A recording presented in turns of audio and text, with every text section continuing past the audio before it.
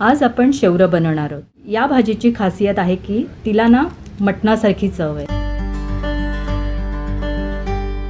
तर ही भाजी फक्त मेच्या शेवटी आणि पाऊस पडेपर्यंत असते. पहिला पाऊस जेव्हा सुरुवातीला असतो ना तेवढ्या वेळातच ती भाजी असते. त्याच्यानंतर त्याला फुलं वगैरे यायला लागली की ती भाजी करत नाहीत, म्हणजे त्याला घाण असा वास यायला लागतो. ही एक रानभाजी आहे. तर आपण ही आधी भाजी सुटी करायला घेऊया. आणि ही फळं आहेत ती त्या भाजीबरोबर मिळतात, म्हणजे भाजीवाली आपल्याला ही देते. सपोज जर ही फळं नसतील तर आपण चिंचेचं कोळ वगैरे घातला तरी चालेल, कारण ह्या भाजीला खाज असते त्यामुळे.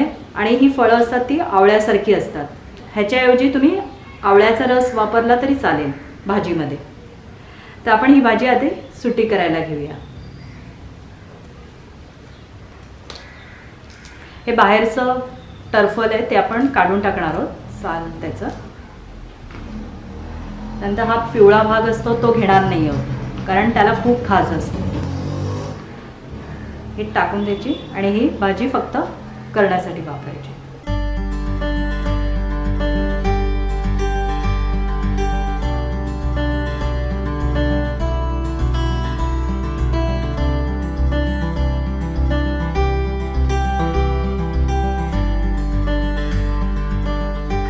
असं हाताने जर तुटत असेल तर कोवळं समजायचं, मग ते भाजीला वापरायचं.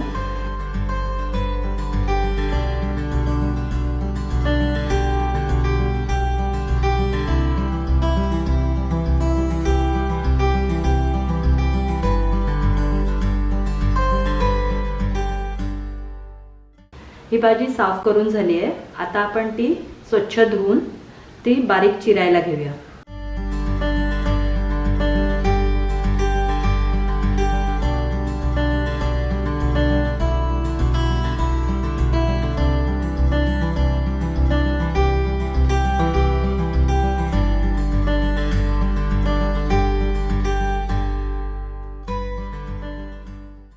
या फळांना आतमध्ये बी असते, तर आपण या फळाचे बाहेरचा भाग फक्त थोडा थोडा घेणार आहोत असं सोलून, आणि त्याचा रस फक्त वापरणार आहोत.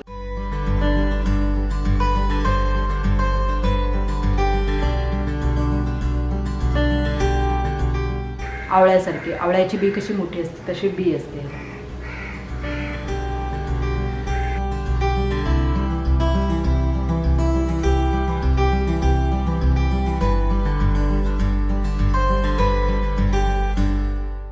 ती फळं चिरून झाली, तर आता आपण मिक्सरमधून पाणी घालून त्याचा रस काढून घेणार आहोत. आणि तो रस गाळणीने गाळून आपण त्या भाजीत घालणार आणि ती भाजी आता कुकरला लावणार आहोत. त्या फळांचा आपण 2 कप रस काढलेला आहे, तो आपण त्या भाजीत घालूया आता आणि ती भाजी कुकरला लावूया. त्यात पाणी जास्त आहे कारण ते बुळबुळीत असतं ना फळ, तर त्या पाण्यात आता ही भाजी शिजेल. यात आपण जास्तीचं पाणी घालणार नाही आहोत. जो आपण रस काढला त्या रसातच आपण ही शिजवणार आहोत भाजी. शेवराची भाजी कुकरला शिजेपर्यंत आपण वाटप करायला घेऊया. तर वाटपासाठी मी 2 मध्यम आकाराचे कांदे उभे चिरून घेतलेले आहेत. 1 कप ओलं खोबरं घेतलेलं आहे. 9 लसूण पाकळ्या घेतल्या, त्या बारीक करून घ्यायच्यात कारण आपल्याला वाटपात घालायचे. आणि 1 इंच आलं घेतलं आहे, ते पण बारीक करून घ्यायचं आहे कारण नाही तर मग ते वाटलं जाणार नाही.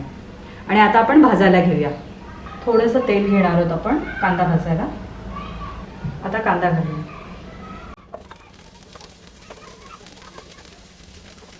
आता कांदा ब्राऊन झाला आहे, आपण त्यात आलं आणि लसूण टाकूया. आलं लसूणचे आपण बारीक तुकडे करून घेतले, ते आपण घालूया. आलं लसूण पण भाजून झालं आहे. आता आपण खोबरं घालून खोबरं भाजूया. खोबरं पण लालसर करायचं आहे आपल्याला. खोबरं चांगलं भाजून झालं आहे, ते आता थंड झाल्यावर आपण वाटून घेऊया. शेवरं आपण कुकरला लावलं होतं, ते शिजून आलेलं आहे.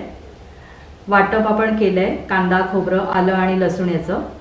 आता फोडणीला आपल्याला कांदा लागणार आहे. तो मी 1 मोठा कांदा चिरून घेतला आहे, बारीक चिरून. मालवणी मसाला वापरला आहे. 1 टेबलस्पून मालवणी मसाला आहे. फोडणीला तेल लागणार आहे. 1 टेबलस्पून तेल लागणार, तेल थोडं जास्त लागणार आहे.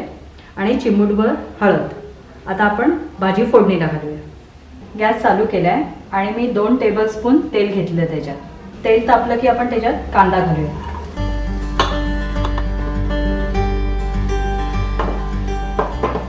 कांदा भाजून घेऊया.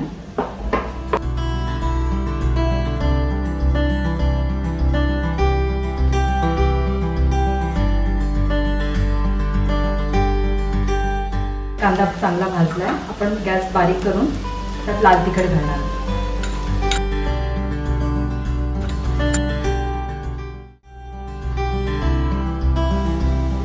थोडीशी हळद घालणार.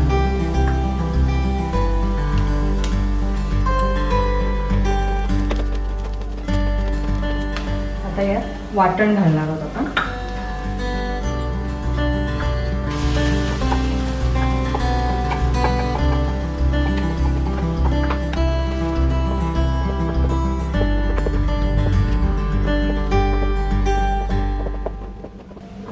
हे आपण जरा परतणार आहोत. थोडा गॅस मिडियम ठेवूया.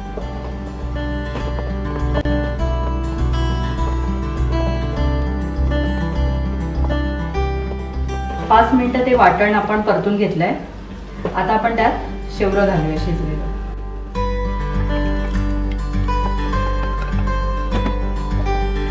गॅस मोठा करायचा. चांगलं ढवळून घ्यायचं.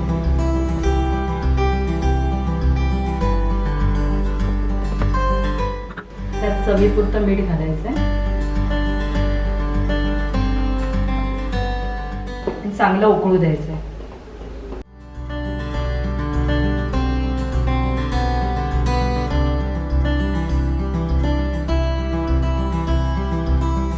दोन मिनिटं असंच ठेवूया झाकण ठेवून.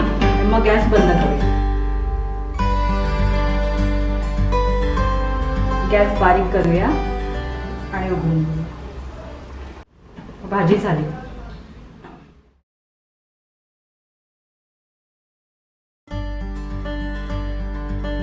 या व्हिडिओला लाईक करा, शेअर करा आणि सर्वात महत्त्वाचं अम्माज रेसिपीजला सबस्क्राईब करायला विसरू नका.